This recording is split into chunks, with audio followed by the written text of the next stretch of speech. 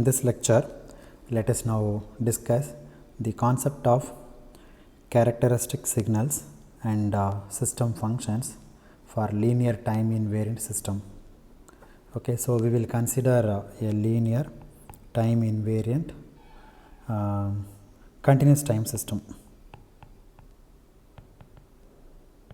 Later on we will consider discrete time system also. Now we have an input quantity x of t and an output quantity y of t. An electrical network consisting of resistance R, inductance L and capacitance C, okay, elements being a specific example of linear time invariant continuous time system. If we take a circuit like this,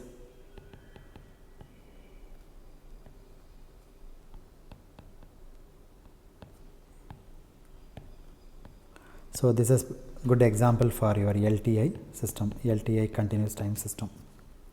In general, the output y of t and the input x of t are connected by a linear differential equation with the constant coefficients. Suppose if you write a equation for this, this is Vs, and if you want to find the voltage across this, let's say Vc of t, and this is your y of t. Your x of t is the input applied voltage Vs of t, and y of t is the voltage across the capacitor. If you consider these two, then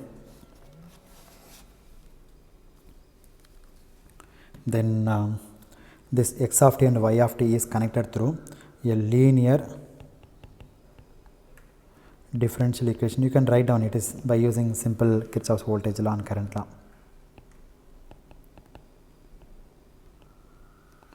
Okay, it's very simple to write down that. So let us assume that the differential equation connecting this input and output is of the form a n d to the n y of t, nth derivative of the y of t, that is what we mean by this, dn plus n minus 1th derivative of y of t divided by dt to the n minus 1 plus dot dot dot dot plus a naught times y of t is equal to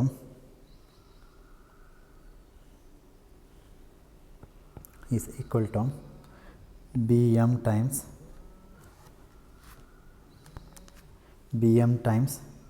d to the m x of t divided by d to the m plus bm minus 1 d to the m minus 1 1th derivative of the input plus dot dot dot plus b naught times the input itself x of t. So this is a general linear differential equation connecting the input and output of a linear time invariant system. Okay, so this is general linear differential equation which relates the output and input of an LTI system. Okay, and this equation describes the nth order differential equation connecting the output quantity y of t with the input quantity x of t. Now you recall from your school mathematics, whenever you have a differential equation, it has two solutions. One is complementary function. The complementary function, you make the right hand side equal to 0, and the particular integral pi,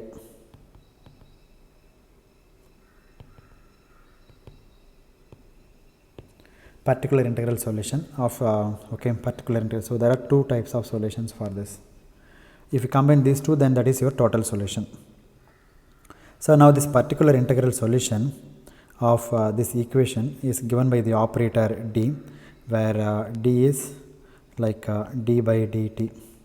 Suppose if you have d to the n over dt to the n, then this is d power n. Therefore, your particular integral pi y pi of t is equal to bm times d to the m. I am straight away writing from the differential equation. Okay, next step. So just recall from your mathematics, b suffix m minus 1 d to the m minus 1 plus dot dot dot plus b naught whole divided by a n to the dn plus a n minus 1 dn minus 1 plus dot dot dot plus a naught. Okay, now the whole thing is multiplied by the input quantity x of t. This one is a operator function. It operates on the input. Okay, so this is operator function of d operating on the input. What is input here? Input is x of t. So depending upon the input quantity x of t, you can calculate the particular solution for this. Okay, let's say x1 of t, then you'll get one particular integral. Okay, py, let's say pi1. If you change the input x2 of t, then again you'll get another particular integral. So depending upon the input and type of the input, you'll get a different particular integral. But complementary function is the same for a given system. Whether you apply any input doesn't matter. Complementary function is always same. Why? Because you make the input as 0. Okay, so this is what we do in the case of solution of the differential equation, especially for particular integral. And the electrical network, which we consider is a specific example where the coefficients are constants, and if you try to find the solution, then you'll get complementary solution, complementary function, and then particular integral pi. Now it turns out that if the input function is of a particular type exponential function, let's say x of t is equal to a times e to the st of this particular type, then your particular integral solution is like the same thing, bm, one second, if x of t is like this, then your particular integral y pi of t is equal to b is, this is bm times d to the m plus bm minus 1 d to the m minus 1 plus dot dot dot plus b naught times divided by, okay, so a n times d to the n plus a n minus 1 times d to the n minus 1 plus dot dot dot plus a naught. The whole thing operates on a to the e raised to st. Generally, the n value is greater than m value. This is what we will assume. So the particular integral solution is, this whole thing is operating on e to the st. And from the theory of differential equations, whenever you have an exponential function here, this exponential functions, then this operator, this entire operator function can be thought of as an algebraic function. Okay, whenever you have this type of things and the input is like an exponential, then this differential equation is changed into an algebraic function where d is replaced by particular value of s. Okay, so if you have d, then d will be replaced by s, and then d square will be replaced by its corresponding term minus s square or something else. Just check it. So it turns out that that the particular integral solution will be very simple now. So y pi of t is equal to bm times, it is not simply a square only, s to the m plus bm minus 1 times s to the m minus 1 plus dot dot dot plus b naught whole divided by a n times s to the n plus a n minus 1 times s to the n minus 1 plus dot dot dot what a naught again multiply by the same thing a times e to the st. So this is your particular integral. I am not telling you something new, it's all about your 12th standard mathematics. And this whole thing is a function of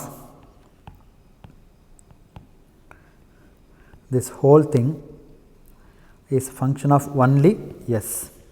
There is no time in this. Okay. So we often call this whole quantity as h of s. So your y particular integral of it is a function of time is equal to h of s times a times e to the st. So if x of t is e to the a times e to the st, then your particular integral is some quantity h of s times your a times e to the st. Okay. So here x of t is of the form a times e to the st. So this is a very interesting property that the time function describing the force part of the solution. See, generally if you have a differential equation, you have two solutions. Your y of t is equal to natural solution plus forced solution. This forced solution is a engineering term, and in mathematically they call particular integral, and this natural integral we mathematicians will call complementary function. That's it. Okay. So when the input is of the form e to the ast, then very interesting thing will happen here. Okay. So your solution, the force part of the solution will be the same as the input a times e to the st, but it is multiplied by h of s. Therefore your y pi of t is the same as input x of t, but the input is multiplied by some number, that number is h of s. In h of s there is no time parameter, there is no t variable. Okay. So h of s which is independent of time, this h of s is independent of time, whether you apply today or tomorrow, it is independent of time. Why is it independent of time? Because we assumed a linear time invariant system. Okay. So we can think of this h of s as a proportionality factor.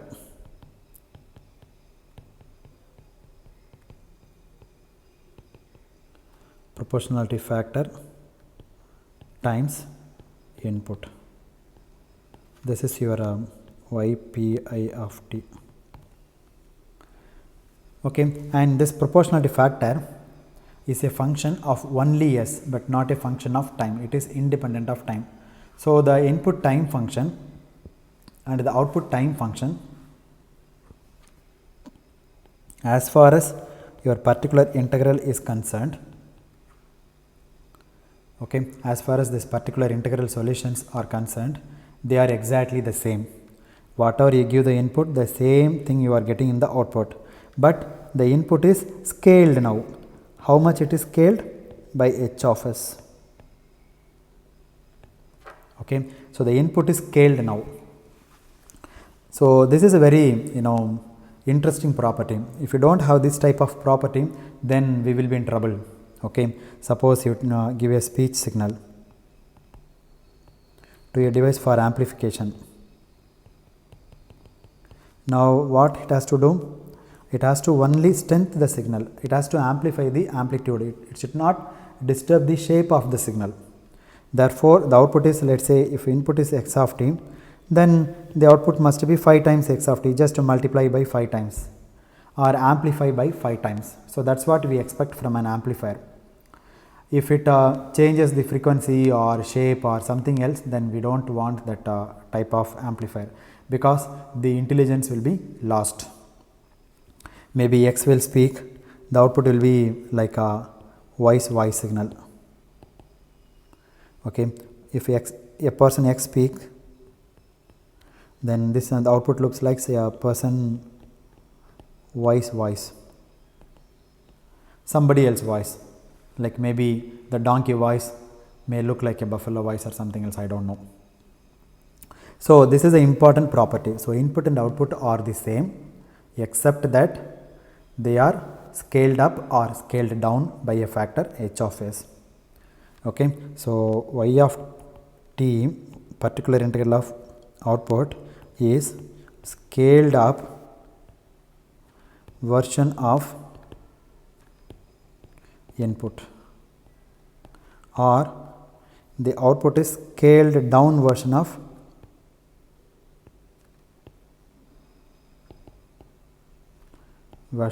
input.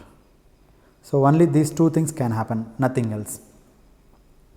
So where the input excitation function x of t and the output function have the same form of time function, it is said to be characteristic signal. So such a signal is called a characteristic signal, that is of the form a times e to the s. So this is called a characteristic signal. Why is it called a characteristic signal?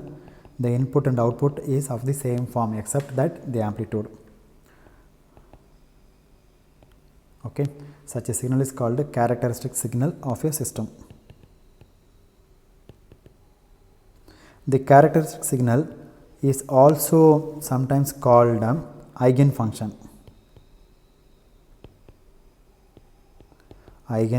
of a system, or sometimes you can call characteristic function,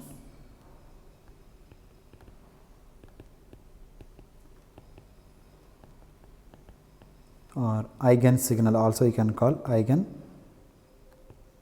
signal, any one way you can call it. Again, the meaning of an eigen signal or eigen or characteristic signal is that it is a particular signal. All signals will not lead to this kind of property, only particular signal of the form a times e to the st. Okay, so this kind of particular input signal, which if it is given as an input to the LTI system, then same thing, whatever you are giving the input, the same is expected at the output also, but now in the output it is multiplied by h of s, that is what. Therefore e power st is a characteristic signal. So e power st with a constant multiplier by any constant is a characteristic signal of a linear time invariant continuous time system. This is a very important property. Any linear continuous time invariant system will have this kind of characteristic signal, and the output is merely multiplying this by h of s, e to the power of st. Let us assume a is equal to 1, not a problem. So h of s is a kind of proportionality factor, and h of s is called the system function. This varies from system to system, and it is called a system function. It completely depends on the system, internal components or internal structure of the system, therefore it is called a system function. So in describing the characteristic signal, s can be complex. We said e power st is the characteristic signal, where this s can be a complex number, complex frequency actually. Why is it called complex frequency? I already described this in the earlier lecture. Because t has a dimension of 1 over t has a dimension of seconds, therefore s has to be the dimension of 1 over seconds. A quantity which has a dimension of 1 over second is nothing but frequency.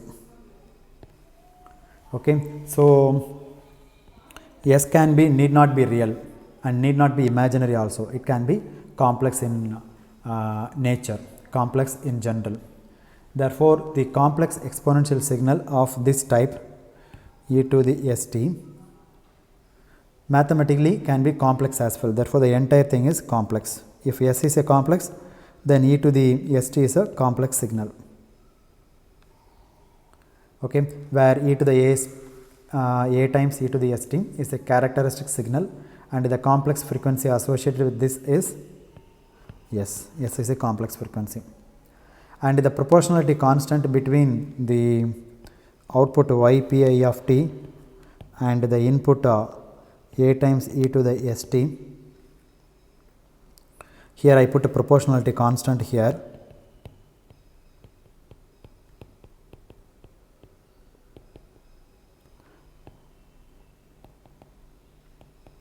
Okay, this proportionality constant is called a system function. So this is very important point that we will use in Fourier series, Fourier transform, Laplace transform, and everywhere. Therefore, h of s is the function of the complex frequency, is the function of the complex frequency of the characteristic signal.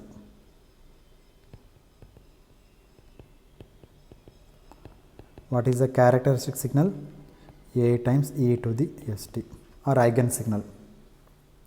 I already told you this h of s will be of the form like bm is a constant and s is a complex number times s to the m plus bm minus 1 s to the m minus 1 plus dot dot dot, again bm minus 1 is a constant, then b naught divided by an s to the n plus an minus 1 s to the n minus 1 plus dot dot plus a naught. So if you know the differential equation from the given system which relates the input and output, then the system function can easily be obtained. Okay, so after all you have got bm minus 1 an, like this all are coefficients, right? bm minus 1 b naught an minus 1 a naught, these are the values which can be obtained from the system. So these coefficients, okay, this bm minus 1 bm b naught an, these all coefficients appear in the differential equation, okay, and appear in the two polynomial which constitutes the rational function h of s. Therefore h of s is the system function, is a rational function. H of s is a rational function. What we mean by rational function? It is a ratio of two polynomials, numerator polynomial and the denominator polynomial. So a rational function means ratio of two polynomials. That's what we mean by rational function. So we are dealing with a linear lumped parameter system. For linear lumped parameter system, the system function turns out to be the rational function. Okay, so it is a ratio of two polynomials. In the numerator you have the polynomial of bm times s to the m plus bm minus 1 times s to the m minus 1 plus dot dot dot plus b naught. The denominator also you have one more polynomial an times s to the n plus an minus 1 s to the n minus 1 plus dot dot plus a naught. So numerator polynomial and in the denominator polynomial, so a ratio of two polynomials. Now whenever you have two polynomials, then you can factorize these two polynomial. Okay, so the numerator you can write some constant m times s minus z1 times s minus z2, like that. How many factors do you have? It is a mth order equation.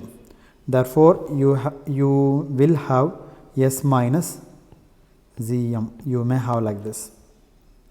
Similarly in the denominator the order of the polynomial is n, so therefore you will have s number of roots, s minus p1 times s minus p2 times dot dot up to s minus pn. Okay, so let me call the numerator polynomial by g of s and the denominator polynomial by f of s, and you find the roots of g of s, you'll get like this, and find the roots of denominator polynomial f of s, you'll get like this. That is, the coefficients in the differential equation constitute the constant in these two polynomials. Okay. Further, like since it is a rational function of complex frequency variable s, we would find it useful to represent this as some constant times the numerator polynomial is factored into number of roots, and the denominator polynomial has factored like this. So you can factorize the numerator and denominator and put in this form. And this values z1, z2 up to zm, these all are called zeros. I will tell you why it is called zeros. Okay, they are called zeros of h of s. Okay, this is your h of s. So the numerator roots are called zeros of h of s.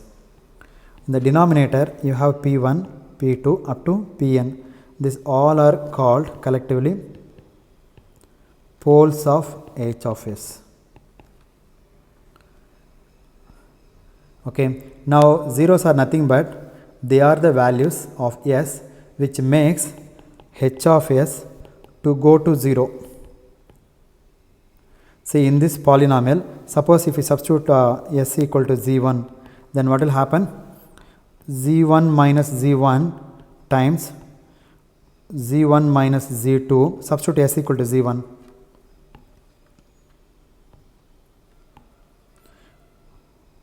z1 minus z2 dot dot maybe z1 minus z3 dot dot dot z1 minus zm divided by z1 minus p1 z1 minus p2 dot dot dot z1 minus pn.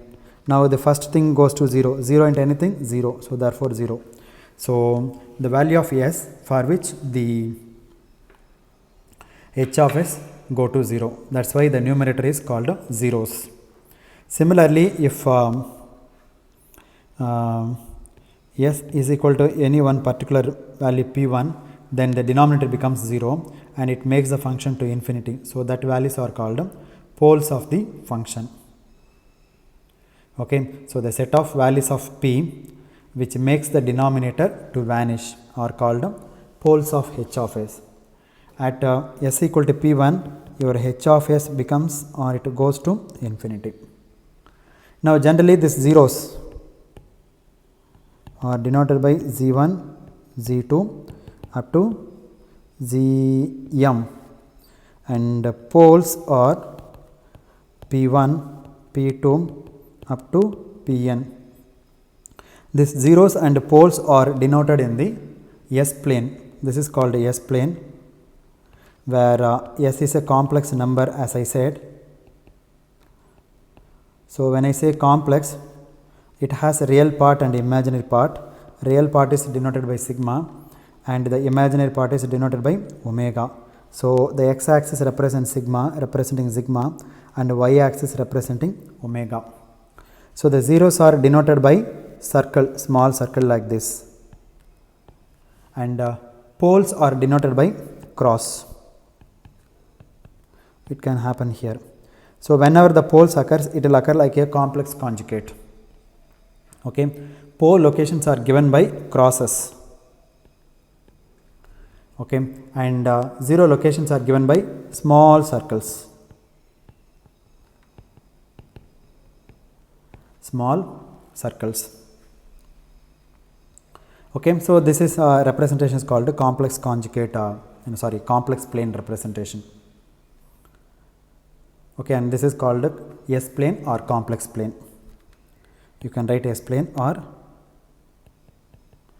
complex plane. You recall that whenever there is a complex pole, it accompanies by its conjugate. So the complex number always comes with his friend. Complex number or complex pole always comes with a complex conjugate of that. This I already told you. You cannot have a root like this, okay, 2 plus j3. No, this is wrong. Whenever you have 2 plus j3, definitely you must have 2 minus j3. It always comes in the pair. They appear in pairs. Okay, whenever there is a complex 0, it is accompanied by its conjugate. Similarly, whenever there is a pole, complex pole, it is accompanied by its conjugate. So, as far as real roots and real poles are concerned, they appear of unit order or with the second pole or third pole and so on and so forth. But as a complex number, it always appears as a conjugate because the coefficients are real. There is no necessity for a conjugate pole or a 0 to appear. Okay, so they are all real. Suppose if you have a conjugate pole, P1 is equal to A plus IB, there is no necessity that Z1 is equal to A minus IB like this. No necessity. Okay, so now system functions H of S plays a very important role in linear system studies, especially linear time invariant systems. As we will see later, and particularly when you take up Laplace transform techniques, this is very much useful and very important. The system function is very important tool in our analysis of linear systems, linear time invariant system. But this H of S is nothing to do with Laplace transform, okay, really. We will see that later in the later part of this course. We can regard this ratio of the your particular integral y p I of t is equal to H of S times the input x of t. Now you take the ratio of these two guys, y p I of t divided by x of t. So you can we can regard this whole thing as the ratio of the forced response y p I of t particular integral to the excitation when the excitation is of the form e to the st is your system response. Okay. So that's all we need to know about it. H of S is equal to y p I of t divided by x of t, where x of t is of the form a times e to the st. So this is very, very important point then that one should remember. So what we have seen now is that if we are talking about LTI, linear time invariant continuous time system, represented by this block box, then the forced response of the system, instead of calling particular integral y p I of t, this is mathematicians will call like this.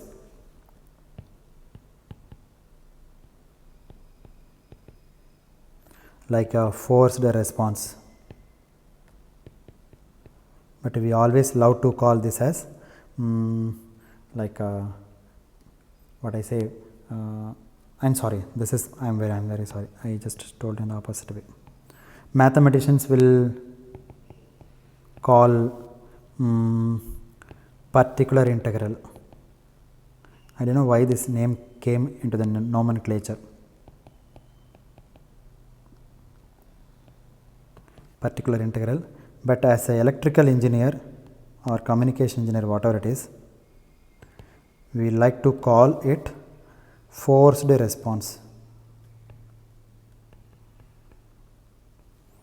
Okay, therefore y forced of t is equal to h of s times x of t, where x of t is of the form a times e to the st. So this proportionality h of s is valid only, this is valid, h of s is valid only when x of t is equal to a times e to the st, otherwise this h of s is not valid. And secondly, we saw that h of s is the ratio of two polynomials, numerator polynomial and the denominator polynomial.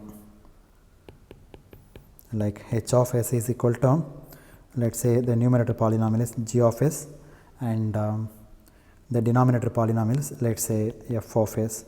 It is of the form bm times s to the m plus bm minus 1 times s to the m minus 1 plus b naught divided by a naught a n times s to the n plus a suffix n minus 1 times s to the n minus 1 plus a naught. This is your system function, and now in this you make f of s is equal to 0, and this is called characteristic equation.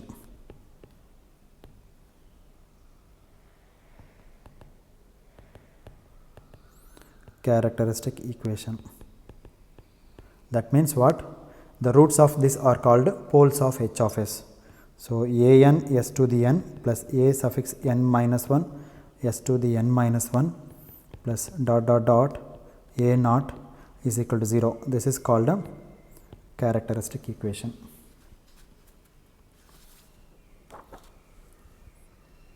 Okay, roots of f of s, I mean, how do you find the roots of f of s? Equal to 0, and this is called what? This is called poles of h of s. That is, poles of h of s are zeros of f of s. Okay, not zeros of h of s, zeros of f of s, not h of s. Okay, or roots of f of s.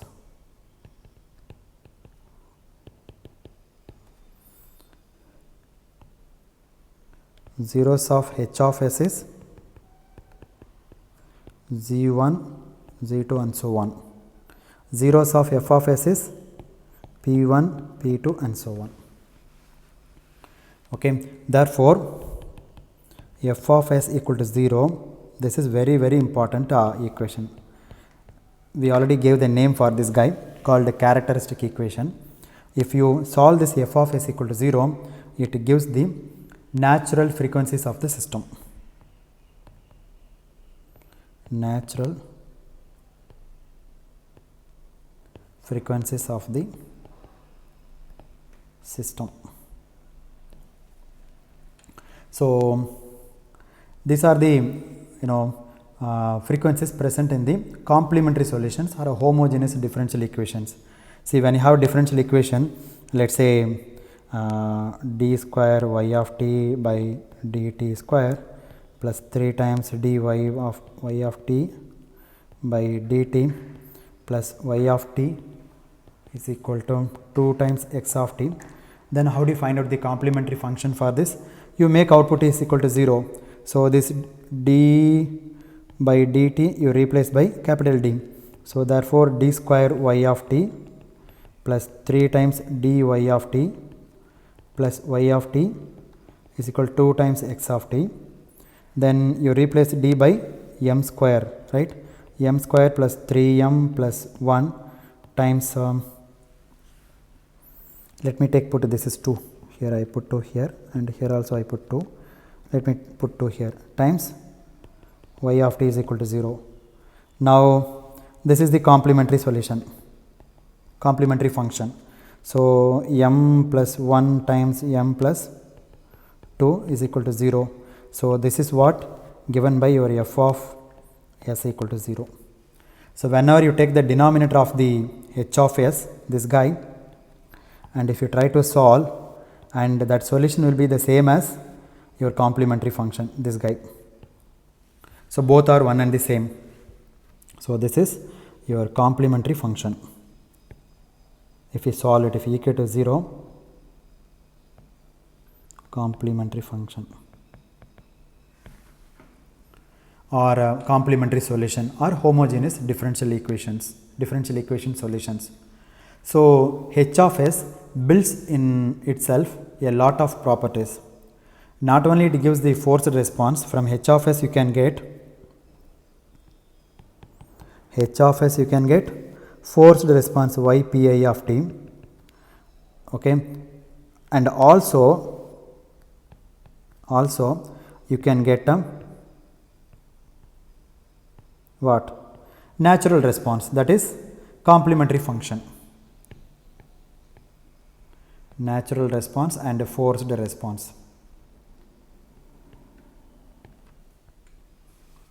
Okay, therefore H of S not only it gives the forced response for the input of the type e to the st, but it also gives you the form of the complementary solution. How do you get the complementary solution? Take the denominator polynomial and make it 0 and solve it. So whatever information is available in the differential equation is also available in the system function. Okay, so the system function is the replica of your differential equation, but the only difference is differential equation is of the form in like differentiation, but the system function is of the form like algebraic. Okay, that is one main difference. So once you have the system function, you do not have to look at the differential equation again. H of S is enough. We don't want differential equations. Once you have H of S, don't worry about the differential equation, because all the information that is available in the differential equation is also available in H of S. Okay, so because from the H of S you can set up a differential equation if you wish. Okay, but you do not even have to do it. What is necessary? After all, we want to find the solution of the differential equation. After all, whenever you frame the differential equation for a given system, what is the purpose? We want to find the solution. So getting a solution is very easy from the system function than from the differential equation. So once you move on to H of S from differential equation, then no need to go back and think about differential equations. Okay, so once you got H of S, then it is a ratio of two polynomials g of s divided by f of s. You take f of s and equate to 0 and solve it, and that will give you the complementary solution or natural response of the system. Now let me consider one special case how this looks.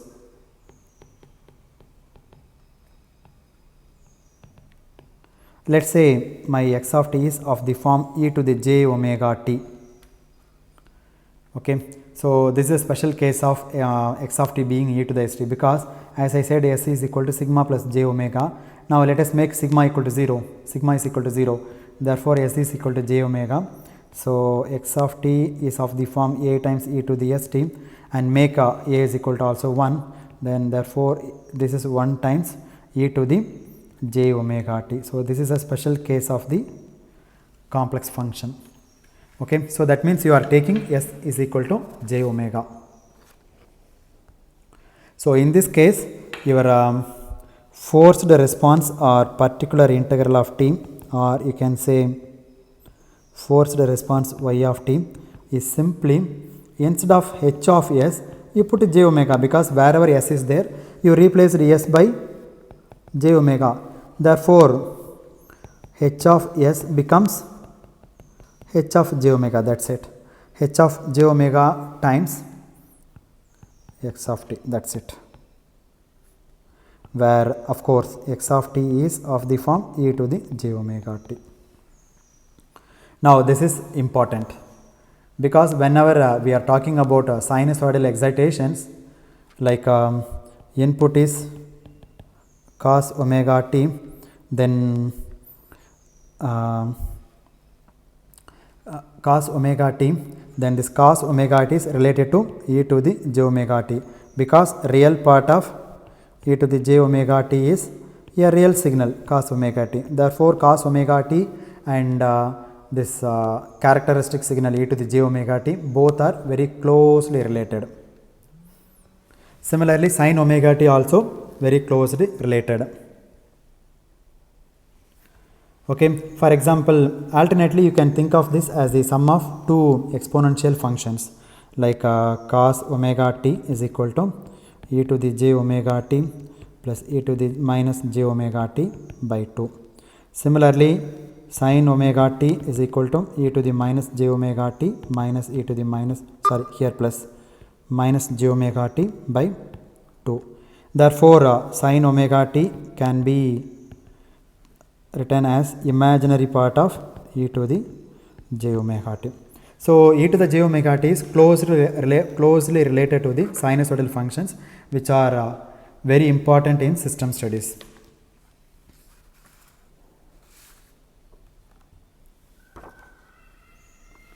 Okay. So, therefore, the response of a system to a signal e to the j omega t can be regarded as a special case of the response to an exponential signal e to the st. So, e to the j omega t is the special case of e to the j omega t. After all, e to the st and e to the j omega t are closely related. So, h of j omega is also important when we study later on in Fourier transform. H of s is important in Laplace transform. H of j omega is very much useful in Fourier transform methods and even Fourier series methods also. H of j omega itself is called a system function. Okay, system function. And more commonly, instead of system function, it is appropriate to call frequency response function, because omega is a frequency, right? Therefore, frequency response function or frequency response of the system or frequency response, let us call frequency response function. Therefore, h of j omega is the special case of h of s when s is equal to j omega, and this h of j omega becomes very important when we analyze any system on the basis of sinusoidal input. You take a system, LTI system, the input is sine function or cosine function, then you want to find out what is the output of the system, like x of t is sine omega t or x of t is equal to cos omega t. Then you wanted to know how the output is. So, in this case, this h of j omega plays a wonderful role and a vital role, because e to the j omega t is as good as sin omega t. We know the connection between sin omega t and e to the j omega t, right? Or e to the j omega t to the cos omega t. Okay. So, let me stop at this point. We will continue from this in the next lecture. Thank you very much.